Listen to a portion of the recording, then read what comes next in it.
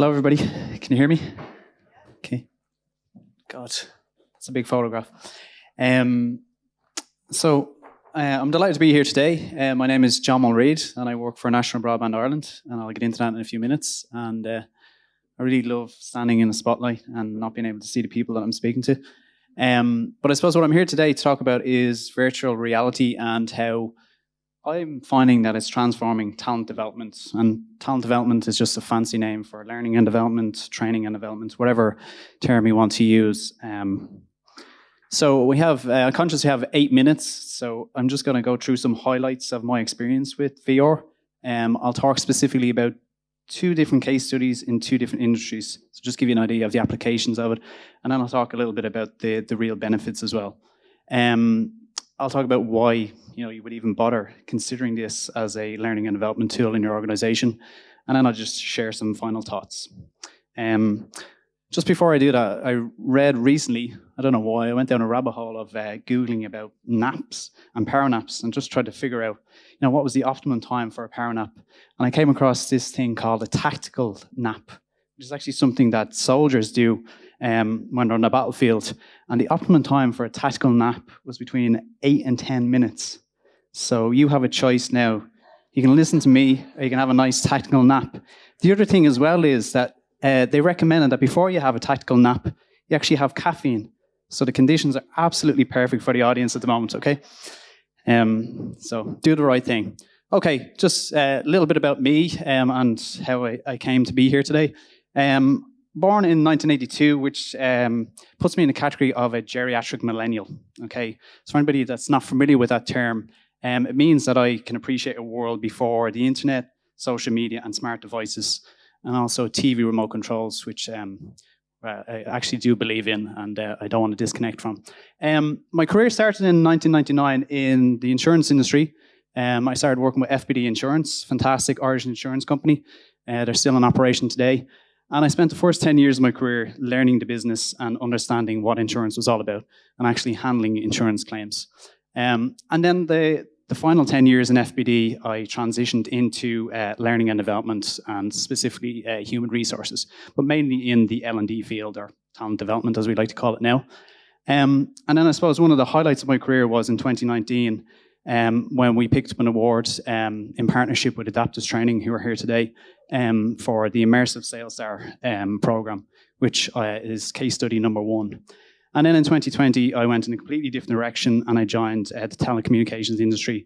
And I've been working for National Broadband Ireland for the last nearly 6 years at this stage. And my marketing people will kill me if I don't plug what MBI are all about. So for any of you that are not familiar with MBI, they're responsible for delivering fibre-powered broadbands to rural areas that don't have connectivity at the moment. So it's about breaking down that digital divide. And for any taxpayers in the audience, the project is on time and it's on budget as well. So that's good news, unlike other government-funded projects. In 2025, this year, I released a book which I'd been working on for a number of years. And why did I put that up there? Because L&D is my background. Tech is my background. All of the talks that I've just heard now. I've actually, even though I've been dabbling with VR since 2017, I'm actually finding today a little bit overwhelming. So I kind of paused and reflected and went, if I'm a little bit overwhelmed by all the stuff that's been thrown at me today, I can only imagine what the audience is like, because I think 50% of you said that you're just starting your journey. So it's hard not to get overwhelmed. And actually, it's not represented on this slide here, but in 2017, when I first interacted with VR, it was a little bit overwhelming. It was a new tool. And I was thinking of all the possibilities of how could you use this piece of technology. And I was nearly trying to let the technology lead my L&D strategy. And I had to pause and reflect and say, well, actually, no. To me, it's just another tool. And that's all it is, really. It's just another tool for you in your business. If you're in L&D, it's another tool that you can consider using versus traditional methods. And I think that's important to say. So don't get overwhelmed today by all the different stories. They're fantastic and there's real benefits.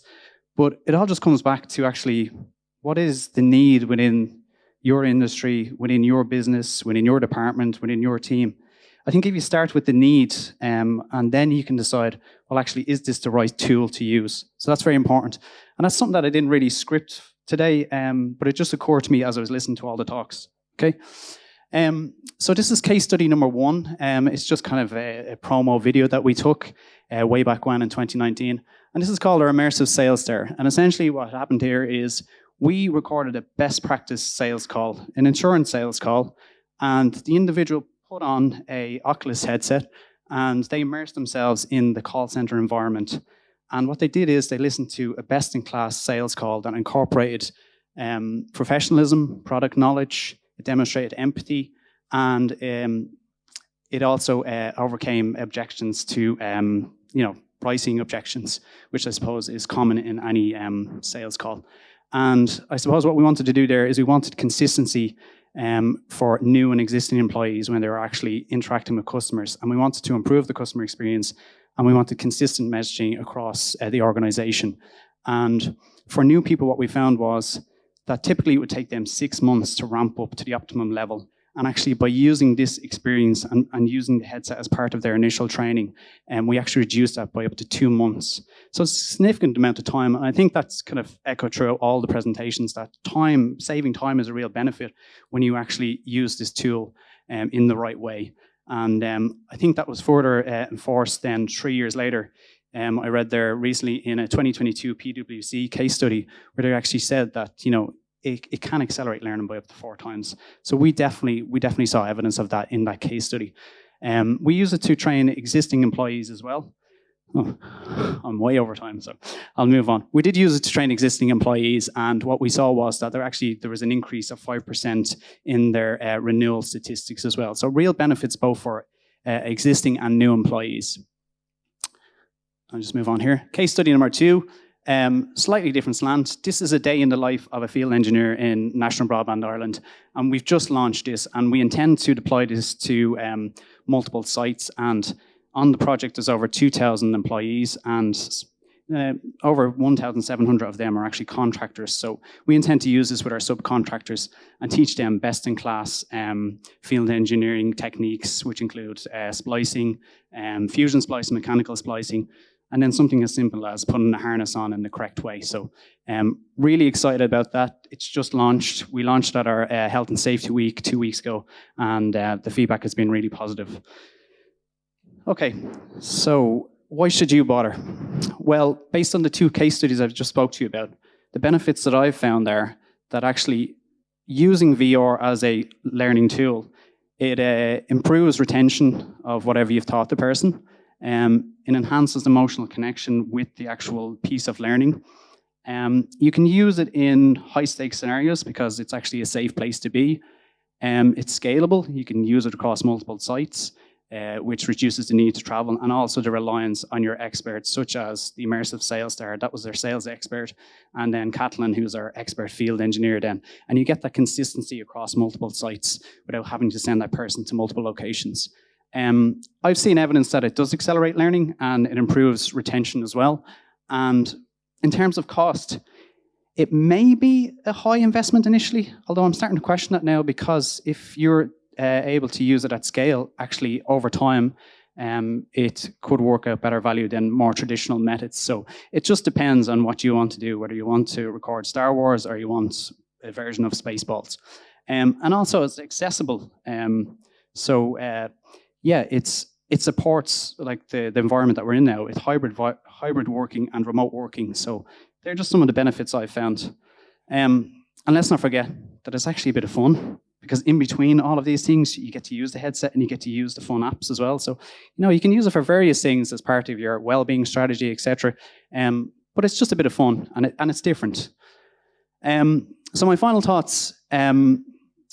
I think everybody in the room today, if you haven't used this piece of technology before, you have a unique opportunity to accelerate your learning with VR. You can enhance the learning experience, enhance the learner's confidence. You can increase the transfer of learning. And overall, I think you can improve learner engagement, and you can bring about behavioural change in a positive way. And then finally, I just think that you do have a unique opportunity to enhance your talent development with an innovative learning tool. So thanks very much for your time. If any of you are still unsure after this event and you want to reach out to me on LinkedIn, please do so. I'm happy to have a conversation. I'm not a consultant. I won't charge you. I love sharing my experiences and helping other people when they're starting out in their journey. And then finally, if you want to learn a little bit more about learning and development, I released a book earlier this year. It's HR Learning and Development for Newbies, Geriatrics Millennial Guide to L&D. So thanks very much for your time.